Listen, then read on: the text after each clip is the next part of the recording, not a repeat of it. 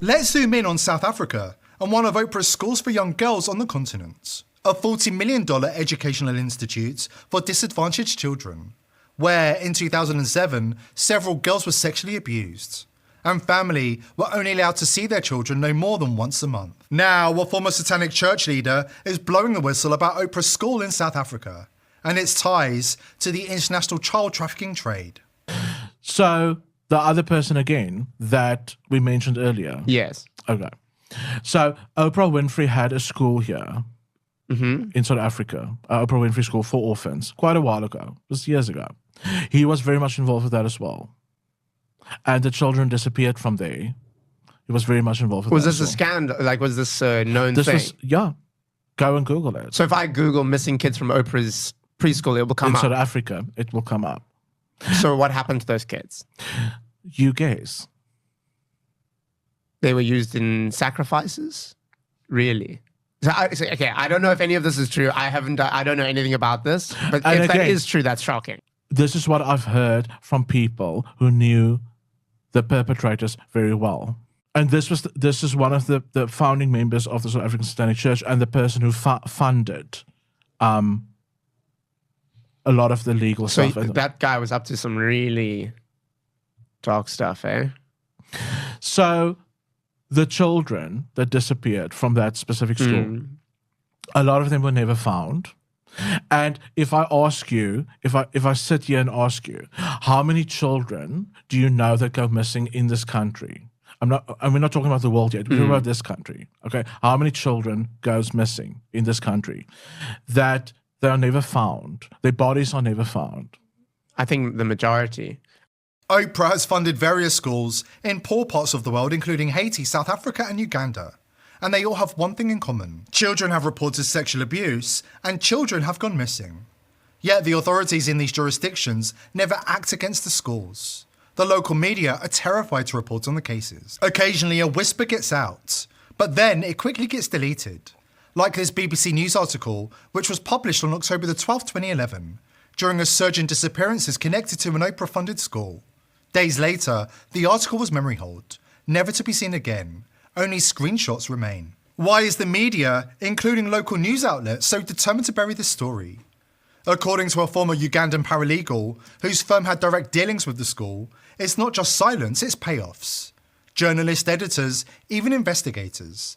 They're being bought off to keep the truth hidden and the scandal contained. But what he revealed next is truly chilling. A mass grave, discovered near the Oprah-funded school for orphans, containing hundreds of children's bodies. And these weren't just victims, they were mutilated. The bodies bore clear signs of ritual sacrifice. I used to work as a paralegal near that charity school, the one owned by the American celebrity Oprah Winfrey, a very famous woman. She came here saying she wanted to help African children. The media loved her. Big cameras, people from all over the world, smiling faces. Even the president wanted to be seen shaking her hand.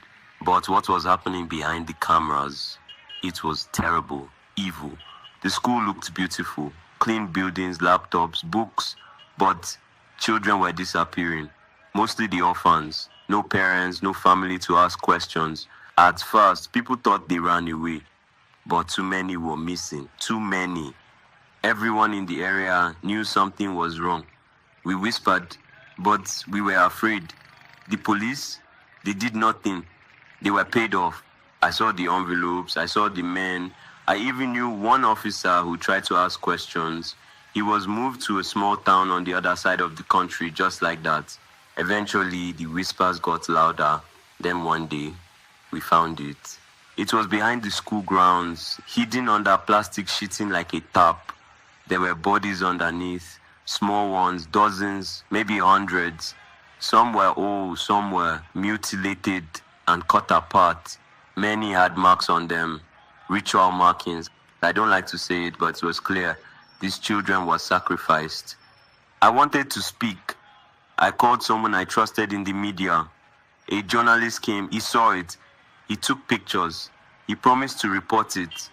A week later, nothing. Silence. Then he disappeared. The editor retired. 2 other reporters left their jobs. They were paid off. After that, no one wanted to touch the story. It was cursed and everybody was afraid. I went back to the police. They warned me. Said I should forget what I saw. For my own good. One of my friends who tried to speak, he died in a car crash that didn't make sense. We all knew. I left my job. I was too scared. But the memories don't leave me. I still hear the cries of those children in my dreams. People think Africa is a place where evil can hide because we are poor. The rich and famous come here to hunt our animals and our children because they face no consequences. But I am speaking now. Even if I disappear, at least I said something. That woman, the celebrity, she is not a savior. She is a monster and too many people helped her. Please, don't let this be buried again. Of course, the mainstream media are doing everything they can to circle the wagons and protect elite predators and their enablers and traffickers. Local people, including eyewitnesses to various sickening crimes, are being silenced to protect the perpetrators. These are high-level people, global elites, who are bonded by the same secrets and sick agenda. Oprah is a member of the Billionaires Club, or the so-called Good Club, along with Bill Gates, George Soros, Warren Buffett, and Ted Turner. The so-called Good Club meet behind closed doors and discuss plans to depopulate the world. Again, this isn't a conspiracy theory, it's a conspiracy fact. Oprah was herself a teenage prostitute. She stokes the fires of racism in America. And she is a member of the Billionaire Club, or the Good Club, along with Bill Gates, George Soros, Warren Buffett, David Rockefeller, and Ted Turner. The so-called Good Club meets behind closed doors and discusses plans for global depopulation. The Great Awakening is upon us. When will humanity begin seeing these billionaire celebrities for who they really are? The mainstream media used to report on it until they were completely co-opted by the elites. Now, they churn out false fact checks denying they exist. If the mainstream media won't do their job and report on the real news, then somebody has to do it. Here at The People's Voice, we're determined to continue exposing the crimes of the elites and reporting on the real news that the mainstream media is suppressing. The consequences of staying silent are simply too great to bear. You can play your part in exposing the elite by subscribing to the channel and joining the People's Voice Locals community, supporting our work and gaining access to exclusive and uncensored content. I hope to see you there.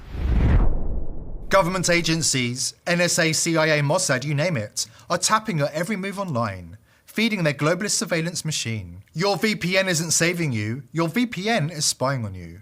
They flash no logs like it's a promise. But what they're really saying is, trust us. Trust foreign outfits in Israel, Panama, Romania, Switzerland? Trust them not to sell your data when the globalists tighten their grip? We know their plans. They told us. They're building a digital prison planet, digital IDs, 50-minute cities, total internet control. The globalist takeover needs one thing.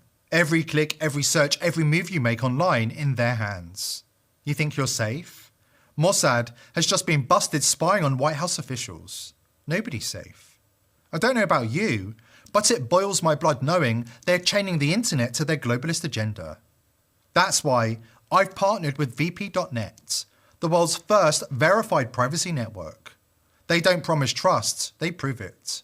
Cryptographic proof in real time that they can't see your traffic. They can't see it, and neither can some tyrannical government, not even if they came with court orders and threats. Your data is locked in Intel SGX secure enclaves. Cryptographic vaults so secure, even the owners of VP.net are shut out. This isn't privacy by some flimsy policy, it's privacy by design, built to break their control. Once you see VP.net, you can't go back. Still using legacy VPNs in 2025?